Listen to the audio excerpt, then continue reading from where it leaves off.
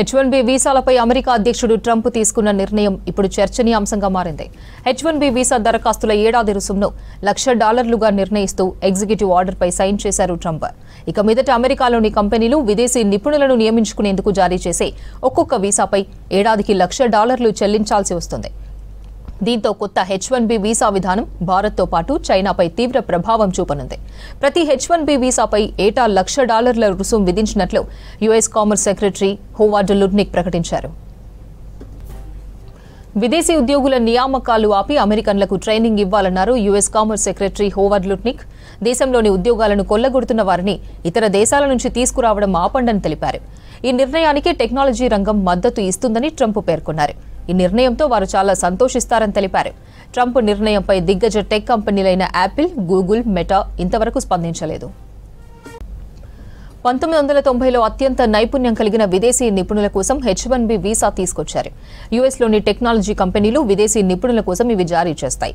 H1B వీసాదారుల్లో India 71% వాటా కలిగి ఉండగా చైనా 11.7% వాటా కలిగి ఉంది. వీటిని 3 నుంచి 6 ఏళ్ల మధ్య కాలానికి మంజూరు చేస్తారు.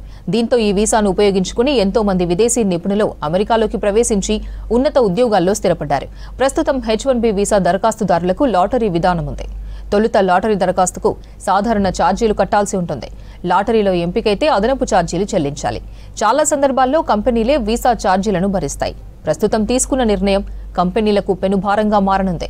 అమెరికా ఏటా 85,000 వీసాలను లాటరీ విధానం ద్వారా జారీ చేస్తోంది. H1B వీసా ఫీజు పెంపుపై మనతో స్పందించడానికి ఎకనామిస్ట్ ప్రొఫెసర్ కృష్ణారెడ్డి గారు మనతో ఫోన్ లైన్లో అందుబాటులో ఉన్నారు. సార్, ట్రంప్ నిర్ణయం ప్రభావం ఎలా ఉండనుంది?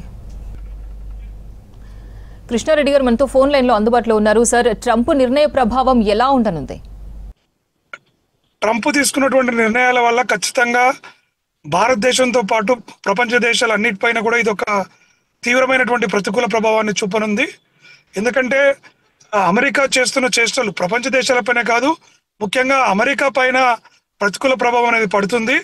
ఒకప్పుడు ప్రపంచ దేశాల్లో శాంతి, సౌరభద్రతం ఉండాలి, అదేవిధంగా స్వేచ్ఛ వ్యాపార వాణిజ్య విధానం ఉండాలి. మనుషులను కూడా ఒక ప్రాంతం నుంచి ఒక ప్రాంతానికి విషయంలో చాలా సులువుగా వెళ్ళాలనే ఆలోచన ఉన్నటువంటి ట్రంప్ ఈరోజు ఈ రకంగా నిర్ణయాలు తీసుకోవడం అనేటువంటిది కొంత ఇబ్బందికరంగానే మనము చూడాల్సి రావచ్చు. ముఖ్యంగా యువత ఏదైతే H1B వీసా కావచ్చు, లేకుంటే కఠిన నియమాల వల్ల కొత్తగా వెళ్లే వాళ్ళు లేదా అక్కడే కొంత తాత్కాలిక వీసాలతో ఉన్నటువంటి వాళ్ళు కూడా ఇబ్బంది పడేటువంటి ఆస్కారం అయితే మనకు చాలా స్పష్టంగా కనబడతా ఉంది. Okay sir, thank you.